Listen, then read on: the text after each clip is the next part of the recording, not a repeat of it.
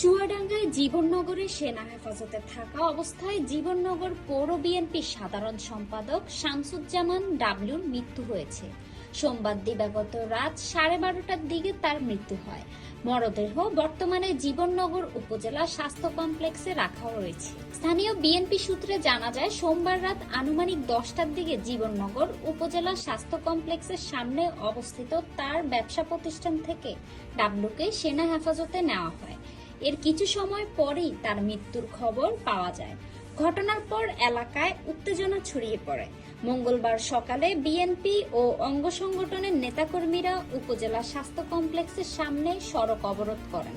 নিহতের পরিবার মৃত্যুর সুষ্ঠু তদন্ত ও বিচার দাবি করেছে।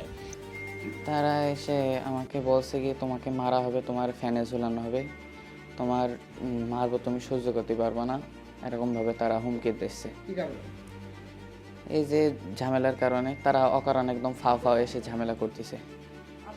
আমার ওয়ার্ড্রপের উপরতে ডিভাইডার খুলে নিয়ে যে তারপরে আমার মারধর করছে এবং ঘরের জিনিসপত্র উল্টো পাল্টা করেছে। আমার ছেলের ফ্যানে টাঙাচ্ছিল এবং নিয়ে যাচ্ছিল তারা। আমার অনেক মুখ চিপে ধরে গলার শ্বাসরোধ করেছে ওরা। আমার আর্মিরা মহিলা অফিসার ছিল, উনি আমাকে মেরেছে এবং সারা 4টে ঘর সব তল্লাশি করেছে।